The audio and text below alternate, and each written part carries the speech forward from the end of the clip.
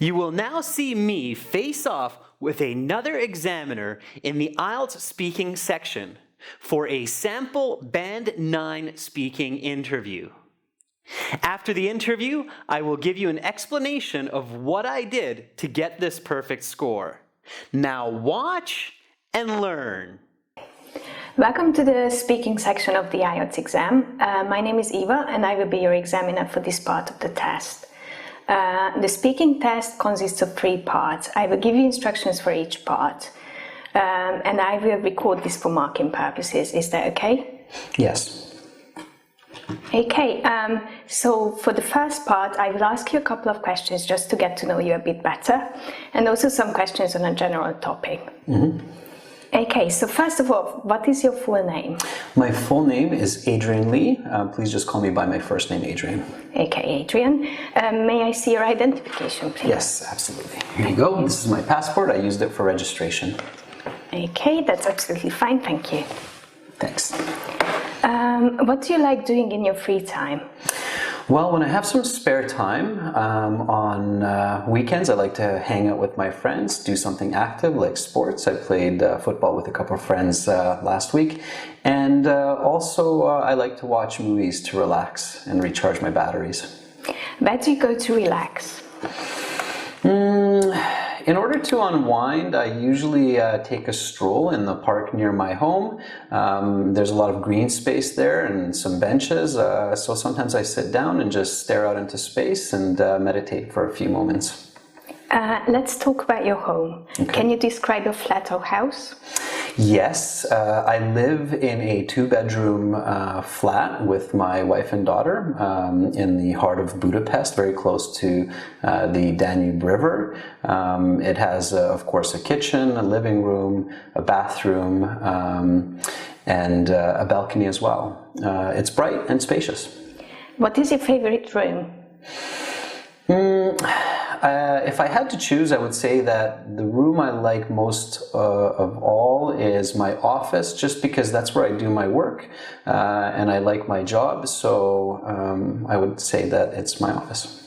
Where can you easily walk to from your home? Well, since, as I just mentioned, my flat is in the center of Budapest, there are a lot of places conveniently available to me, just a short walk away. For instance, supermarket, also a big shopping mall with a movie theater, and even athletic centers are located just maybe a kilometer from my place. Have you renovated any part of your home over the years? Yes, I have. Just about 16 months ago, we renovated our kitchen and our living room. These 2 rooms used to be separated by a wall, which we removed. We wanted an open floor concept so that we could socialize a little bit more easily when one of us is in the kitchen and another person is in the living room. Do you recycle your rubbish? Why or why not? Definitely we recycle as much as possible. I make sure to separate my plastics, paper, metal, glass into different containers for the recycling truck to take away. It's very important to do this to preserve nature as much as possible, and I'd like to think that I do my part in that. If you could renovate any part of your home in the future, what would it be? That's an interesting question, and I have actually thought about it. My wife and I were discussing this just the other week, that come summertime we will likely renovate our balcony, add some more space out there, and also maybe some kind of a cover so that we can enjoy it year-round and have guests over for barbecues. Okay, so that is the end of part 1. For part 2, I'm going to give you a card. Please don't turn it over just yet. There will be some questions on it and you will have 1 minute to prepare your answers, and also you can take notes if you wish. So here's some paper and also pencil. After the 1 minute, you will have 2 minutes to talk about the topic. I will tell you when to start and when to stop. Are you ready to start? Okay. Before speaking part 2 and 3 of this interview, I want to tell you about a really special opportunity to get a high band 7 or more on your next speaking section of the IELTS with the help of Lingoda, a world-class online language school, where you can now learn English for 3 months intensively and get 100% cash back. That's right, Lingoda is hosting its next sprint event starting July 1st. But be aware, spaces are limited, so you have to register before June 15th. This means when you join the Super Sprint event, which is 1 hour a day for 30 days a month for 3 months, you can get 100% cash back for your fees and registration. Or you can choose the Sprint event, where you have to do 15 days a month, 1 hour each day for 3 months, and you get 50% cash back for your fees and registration. The registration fee is 49 euros, but we have this special link to get you a 10 euro discount. I have been learning with Lingoda Spanish, and so far I'm loving it. The classes are small with only maximum 4 other students, and I get a lot of attention from the teachers. I can learn anywhere and anytime, even during my lunch breaks, and this makes it really effective for me. I'm sure that it will for you as well. So far, more than 30,000 people have participated in past sprint events, and they are now living better and more successful lives because of it. It doesn't matter if you're a beginner, intermediate, or advanced. There are lessons that are right for you. You can check out the testimonials of people who have successfully completed past sprint events by clicking that link in the video description. Now, let's get back to the lesson and watch parts 2 and 3 of this interview, followed by tips and strategies. Your 1-minute preparation time starts now.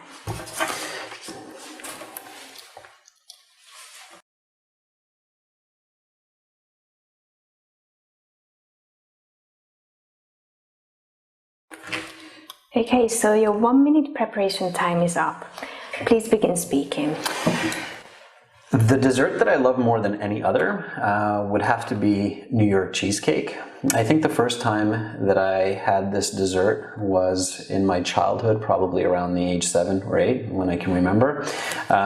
New York cheesecake, it's usually a round, flat cake with graham cracker or cookie crumb base. The main layer is made of cream cheese, sugar, egg, and maybe some other ingredients. And then often on the top, people will put some fruits or some kind of chocolate or fruit syrup.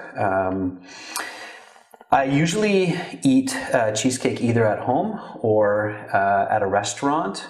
The reason being is that my wife knows how to make New York cheesecake. She knows it's my favorite, so she prepares it for special occasions such as my birthday.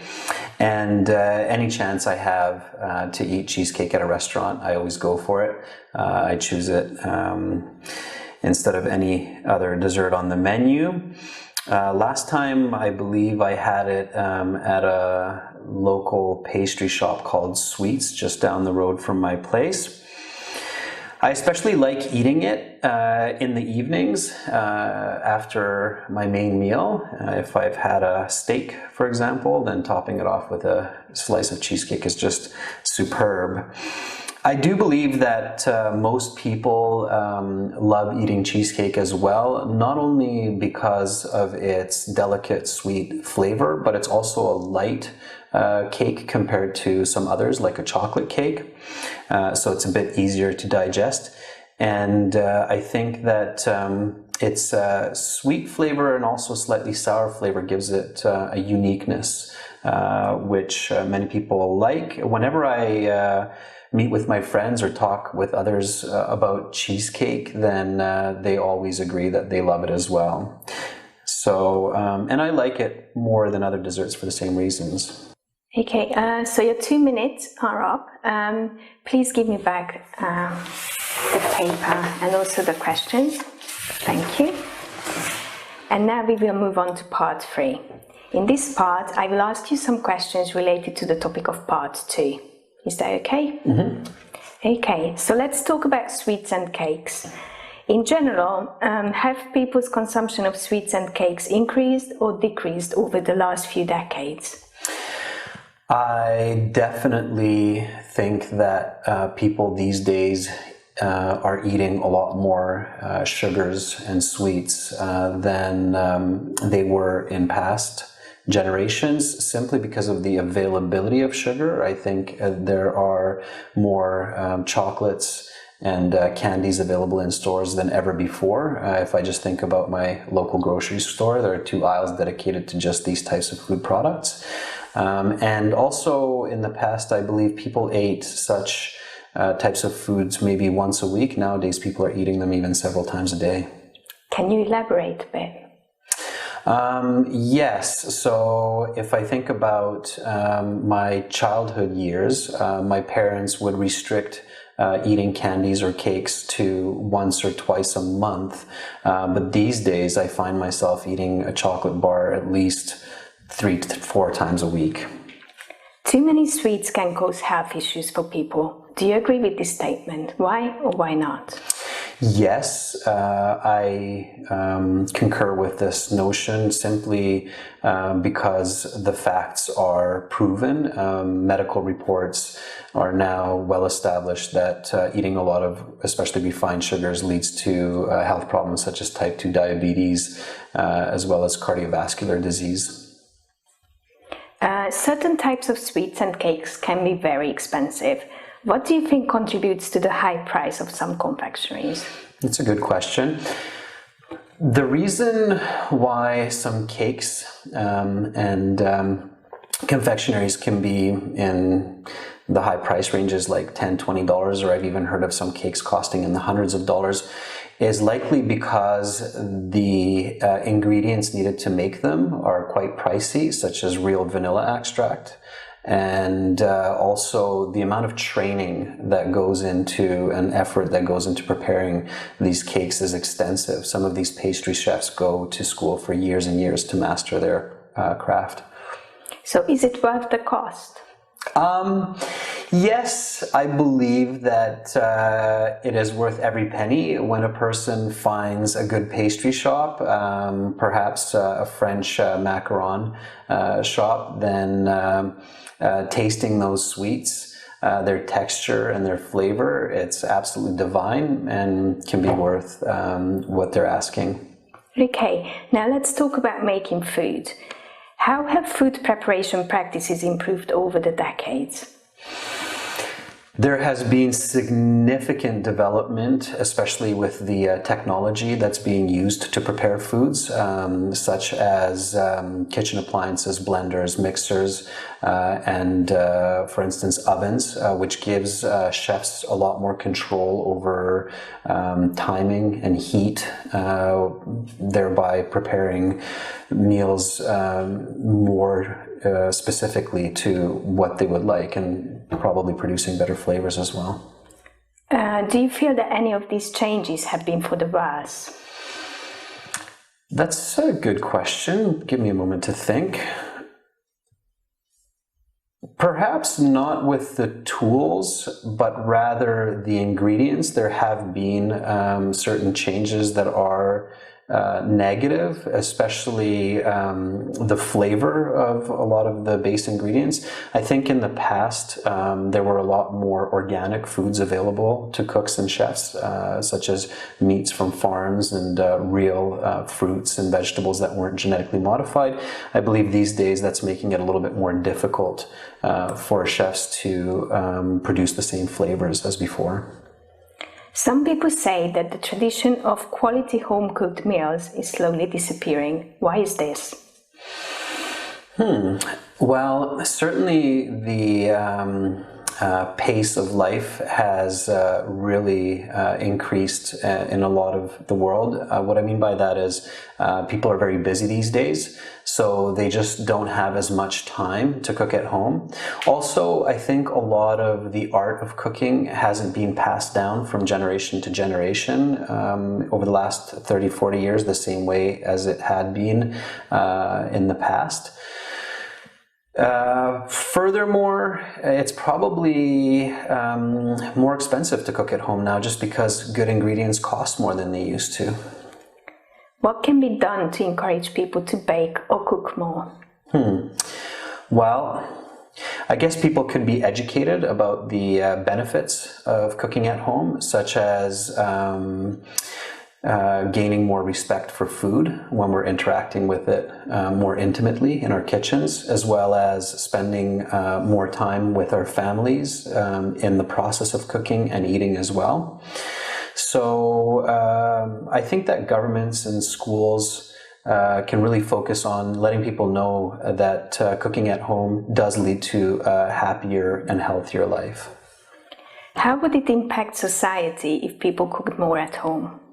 Well, as I just mentioned, ultimately, I believe that people would be in better health because they would pay more attention to what they're eating as opposed to just picking menu items in a restaurant. In the short term, it might negatively impact the hospitality industry as people would be spending less money in restaurants. Okay, that concludes the speaking part of your exam. Your marks will be available within 2 weeks along with the other sections of the test. Have a great rest of your day and please make sure to take your passport. Thank you. Have a great day too. Thank you. Bye. Thanks. Bye. So here I earn a band 9 because I answer, explain, and give examples for all of the questions. I include quantitative language, meaning numbers, like what kind of venues I can walk to within 1 kilometer from my home. Also, you will notice that I use a lot of complex grammar, using present perfect, past perfect, continuous, simple forms, adjective clauses, and more. Now, one interesting strategy that I adapt in this interview is beginning my answers slowly and methodically, visualizing the situation for the question, and while doing so, developing my detailed explanation whereby I pick up my pace for further fluency once I have the clear ideas in my mind. So just like I did, this is an effective and powerful strategy for good communication and high IELTS band scores. Start your answers slowly. Think about the question deeply. Once you have your clear ideas, then pick up the pace and more fluently explain and give examples to what you're saying. Make sure to practice this tip at home before you sit your next test. Good luck on your exam. To see many more sample speaking interviews like this one, as well as over 100 hours of video lessons for all sections of the exam, including original practice tests and a fully interactive course, visit and join our premium package at aehelp.com. Also, download and link our app, Academic IELTS Help. Subscribe to our channel. Click over here. Watch another video. Click right up here. And click our IELTS Hero to join our premium package and get access to all of our videos, practice exams, and a fully interactive course.